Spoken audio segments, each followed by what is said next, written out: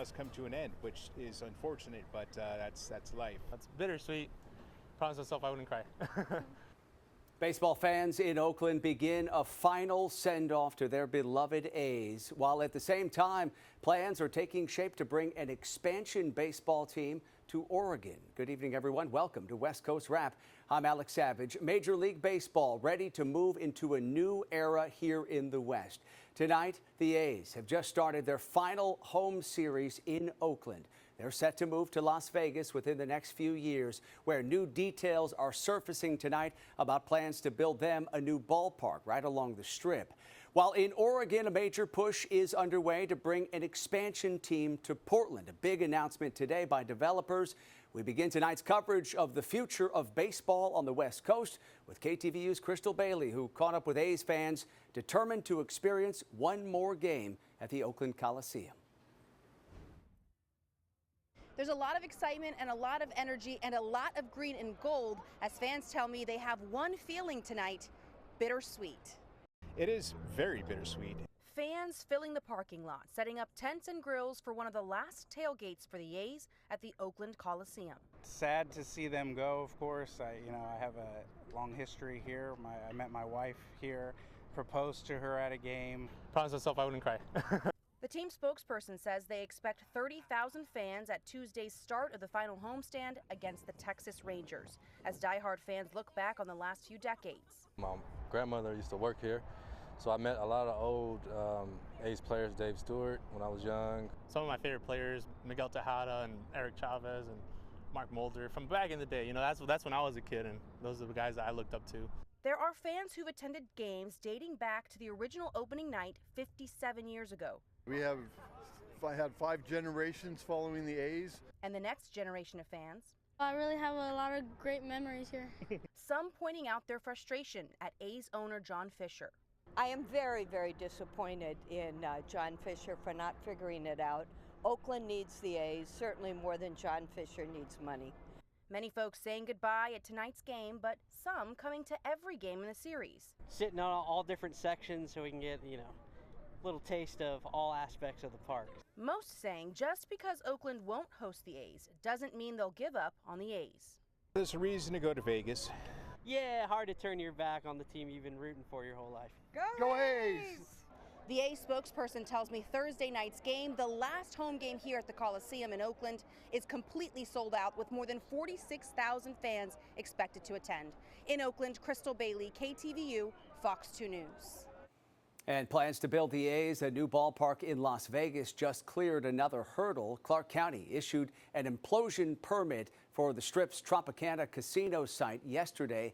The cleared site will make room for that new ballpark. That permit is good for 180 days, and that makes it possible for Bally's Corporation to follow through with an implosion of the old hotel and casino during the early morning hours of October 9th. That spectacle is expected to create a party-like atmosphere in Las Vegas, including a fireworks show and a drone display. Today, developers hoping to bring a Major League Baseball expansion team to Portland announced where they want to build a new ballpark. Fox 12's Paulina Aguilar spoke with them about plans to transform a former shipyard right on the Willamette River. Major League Baseball has yet to officially announce an expansion team, but Portland is already ahead of the game. In fact, it's a project 7 years in the making. The Portland Diamond project, run by Mike Barrett and Craig Cheek, have signed a letter of intent to purchase Zidell Yards on the south waterfront in an effort to bring professional baseball to Portland. The zoning is right for this. The south waterfront is right for this. It checks the box for waterfront. It is a site that is bare right now. So there are a lot of things that really filled the bill for us on this site.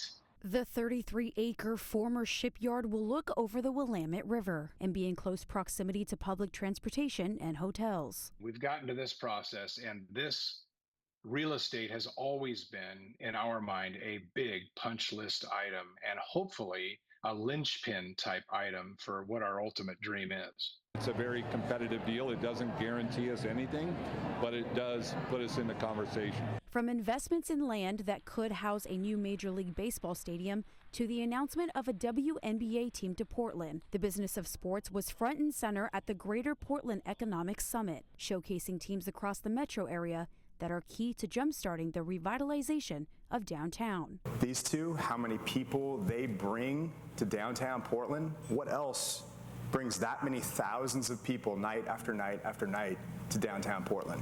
Nothing. So the power of sports is dramatic, and we've got to embrace it if we want to make this change. Southeast Portland, Paulina Aguilar, Fox 12 Oregon. But of course, a long way to go here. This project is now going to enter a 120-day due diligence period with a 42-month period to finalize a purchase. We turn now to Arizona, where federal agents and Phoenix police say they've taken over a hotel suspected of being a hotbed of drug dealing, money laundering, and prostitution. They raided the Royal Inn in Phoenix earlier today. A 44-count indictment lists 7 defendants in this case, and among them is the owner of that hotel. Investigators say the owner was aware of illegal activity happening on the premises and was profiting from it. Several years they were knowingly and willingly operating an establishment that facilitated the sexual exploitation of people and the sale of dangerous drugs in the community. They essentially operated a marketplace for illicit activity located steps away from a neighborhood where children were walking to school every morning. And they profited for years while turning a blind and uncaring eye to the families that live in that neighborhood. Convictions on some charges in that indictment could lead to prison sentences of up to 20 years, and fines could reach $1 million. We have an update tonight on Vice President Kamala Harris's upcoming trip to Arizona. We told you about this last night on the show. According to the New York Times, the vice president plans to visit the southern border when she makes a campaign stop in Arizona on Friday. Her campaign has not confirmed those plans as of yet. This trip would be the vice president's first visit to the border since President Biden dropped out of the race. And of course, immigration is a key issue for many voters in that swing state. A recent New York Times Siena poll found the former president, Trump, has grown his lead in the state of Arizona. Today, the vice president expressed her support for a controversial proposal. I've been very clear. I think we should eliminate the filibuster for Roe to actually put back in law the protections for reproductive freedom. During a radio interview with Wisconsin Public Radio, the vice president said she would support the elimination of the Senate filibuster. Getting rid of the filibuster rule could allow the U.S. Senate to pass some legislation with a simple majority rather than meeting a 60-vote threshold. Critics argue getting rid of the filibuster would hinder legislative negotiations.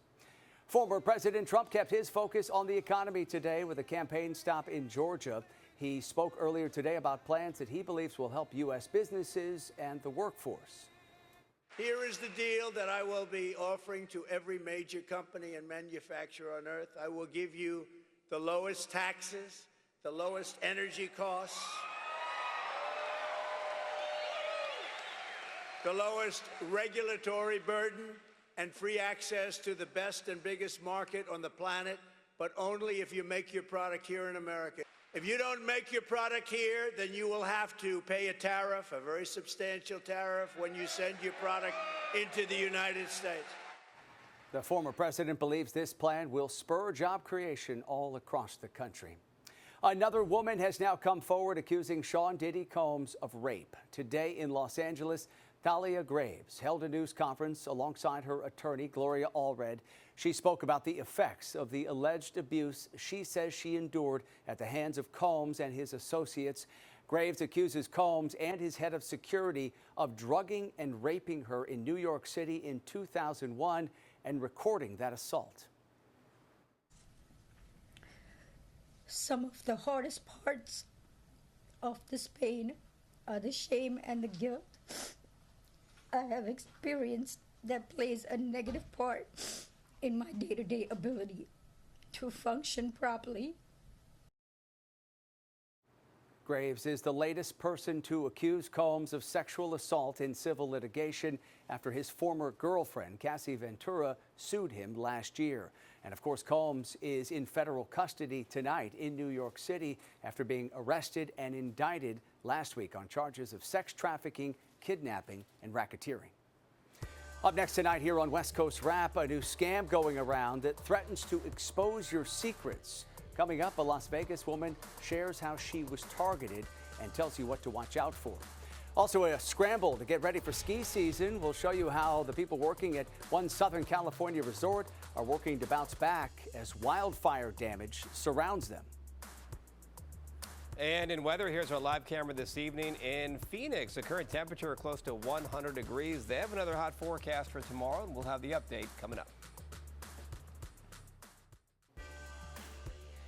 We have a better idea tonight of the charges a firefighter is facing for allegedly starting several fires in California. Robert Hernandez was in court today facing 5 felony arson charges. Investigators say the CAL FIRE firefighter started 5 fires in Sonoma County between September 8th and the 15th. Thanks to quick action by neighbors and fire suppression efforts, all 5 of those fires were contained to less than an acre combined. According to the Press Democrat newspaper, the judge in this case ordered Hernandez to be held without bail. We turn now to Southern California, and the ski patrol at a resort in the San Gabriel Mountains is asking for the public's help tonight after a wildfire destroyed 2 buildings and all of their rescue gear. As Fox 11's Matt Seedorf explains, the community says the losses from the bridge fire have been devastating. The main part of the resort escaping without significant damage from the flames, but other parts of the resort and in town not so lucky. Thousands of acres charred black from the massive bridge fire. It's just devastating for a lot of people. The people that lost their homes. Homes and cars in Wrightwood destroyed. Crews at Mountain High Resort now cleaning up. This picture of the ski patrol's building they call Rex before the fire and how it looks now, a pile of burnt rubble. It's a building that's been there for quite a while, a lot of history, a lot of memories, especially with our current crew, and so sorry to see that go. As the wildfire surged closer to the resort, they used snow cannons to try and slow the spread. The blaze eventually exploding over the hill. We did lose a couple buildings up on the hill. You mentioned the patrol shack. Really, they're not things that the general public are going to see or even notice are gone. The flames getting dangerously close to Mountain High Resort. Just look at this chairlift seat melted from all that heat. It came very close. So, a big thanks goes out to our employees for their quick thinking and all the first responders. They really did save the resort. Crews in Wrightwood working to restore power. 13 homes here and about 20 in the Mount Baldy area destroyed. A lot of people not so lucky. It's obviously still in the back of their minds. Piles of burnt ski lift chairs now at the bottom of Mountain High. A ski resort and community cleaning up. The bridge fire 81% contained. A very close call here at the resort. They say they do plan to open for opening day in November. Reporting in Wrightwood, Matthew Seedorf, Fox 11 News. All right, turning to our weather here along the West Coast, and Hurricane John has claimed at least 2 lives in Mexico. Video posted on social media shows the storm's heavy rains triggering mudslides in Oaxaca, east of Acapulco.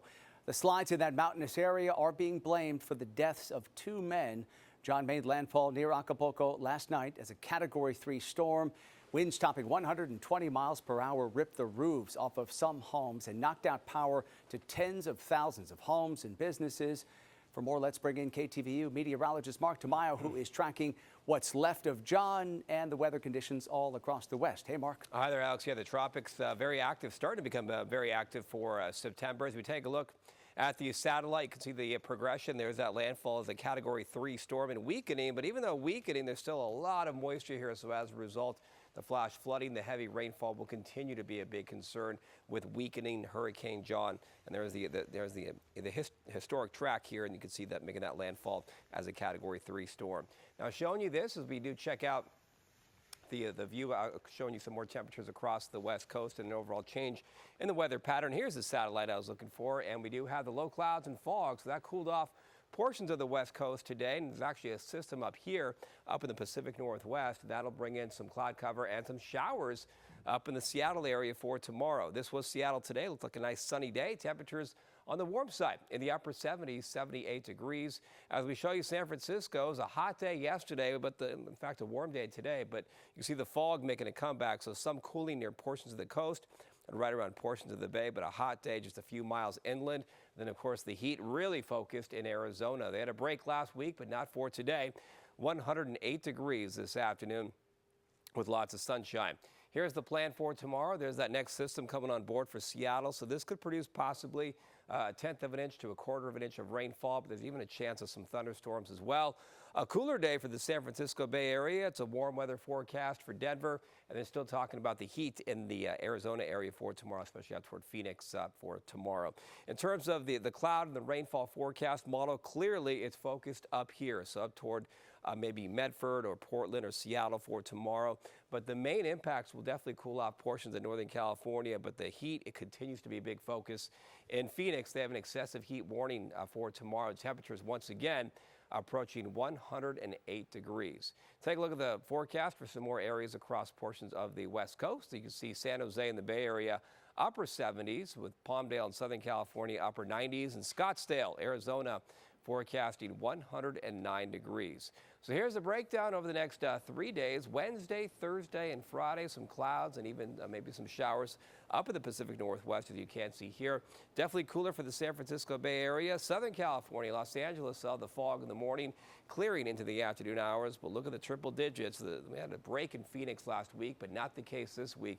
The heat wants to make a comeback, so it's interesting, Alex. In September, sometimes you get some hints of winter, but summer can still hold on to its grip and still those real toasty temperatures. Yeah, definitely sticking around in Arizona for sure. Mark, thank you. The head of the FAA expects it could take years for Boeing to make widespread safety improvements. A congressional hearing today focused on the plane maker, which has its main production facilities in Washington state. Boeing has come under scrutiny this year after a series of problems involving its planes, including January's door plug blowout over Oregon. Today's congressional hearing also brought to light a new government watchdog report. As Fox's Kelly Saberi reports, it calls attention to problems with an outdated air traffic control system. Nearly 80% of U.S. air traffic control systems are considered, quote, unsustainable or potentially unsustainable, according to a new report from the Government Accountability Office. The federal watchdog warns there could be safety risks in U.S. airspace if the Federal Aviation Administration continues to rely on these systems. Right now, 90% of our budget for facilities goes on sustainment rather than new systems. FAA Administrator Michael Whitaker testifying on Capitol Hill that the agency's facilities have been underinvested over the years. Some Republican lawmakers are pointing the finger at the Department of Transportation, accusing it of putting politics over safety. This administration and that agency are focused on social agendas. Meanwhile, Whitaker says the FAA is also working to improve its process for identifying aviation risks after a series of safety issues on board Boeing planes. Should the American public have confidence that it is safe to fly on Boeing airplanes? They should. We have inspectors that are on the floor every day overseeing the process, talking with employees. He adds while progress has been made, the plane maker has to make significant changes. There must be a profound shift in the company's safety culture to holistically address its quality assurance and production challenges. Whitaker told lawmakers a full turnaround from Boeing could take years to complete. In Chicago, Kelly Saberi, Fox Business. Up next here on West Coast Wrap tonight, a bizarre discovery in California. What sheriff's deputies found inside a fuel tank. Also, con artists are going after people here in the West with a new email scam. What the FBI says you should watch out for to avoid becoming a victim. The Justice Department has filed an antitrust lawsuit against Visa. The complaint says the company is running an illegal monopoly over the U.S. debit card market, with more than 60% of debit card transactions in the U.S. running on Visa's debit network. This allows the company to charge over $7 billion in fees annually for processing transactions. The result is a debit market where Visa has unlawfully amassed the power to extract fees that far exceed what it could charge in a competitive market. Merchants and banks pass along those costs to consumers. The suit also accuses Visa of squashing lower-priced competitors by using exclusionary agreements with banks and merchants. Visa said in a statement the lawsuit is meritless, and it says it will defend itself in court.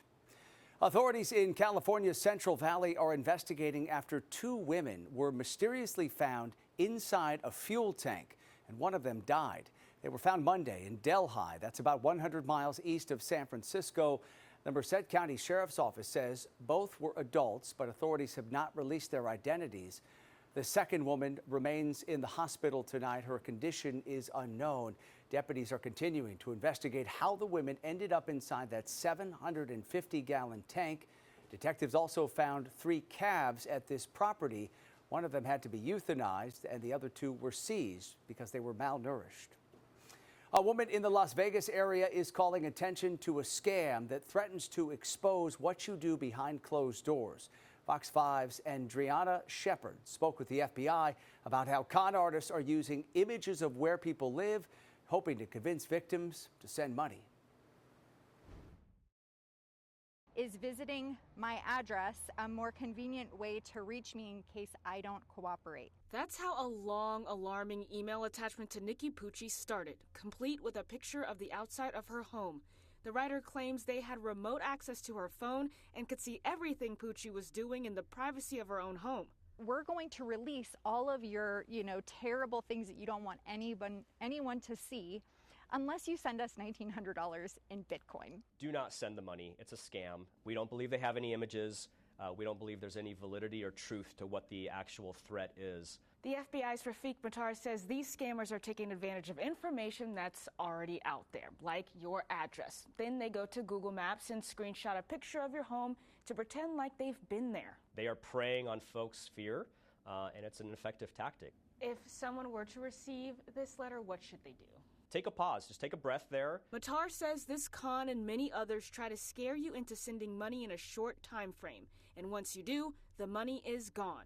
Taking a step back can help you recognize it is a scam. I would not click on attachments from any sender that you don't recognize. Don't click on any links or scan any QR codes inside either. These are all tactics that hackers will use to then exploit your phone or your device for real in that sense. So it has spyware, whatever malware is included in that digital device that now has compromised your device. And report it to police even if you did recognize the scam. The more tips we get, the more investigative work we can do, which is what we do best, and have us discover who those people are so that they can be held accountable for what they're doing. Protecting you and the rest of the community from losing money. Andriana Shepard, Fox 5 News, local Las Vegas. And finally tonight, troubles continue for the California wine industry. Grape growers say the state is going through its worst down cycle in 15 years. The problem is too much supply and not enough demand. Growers hoped Chardonnay grapes in Monterey County would sell for $1,600 a ton, but they settled for $400 this year. Grape growers say that price just does not cover their costs. All right, that does it for West Coast Wrap tonight. We appreciate you watching. As always, have a great night.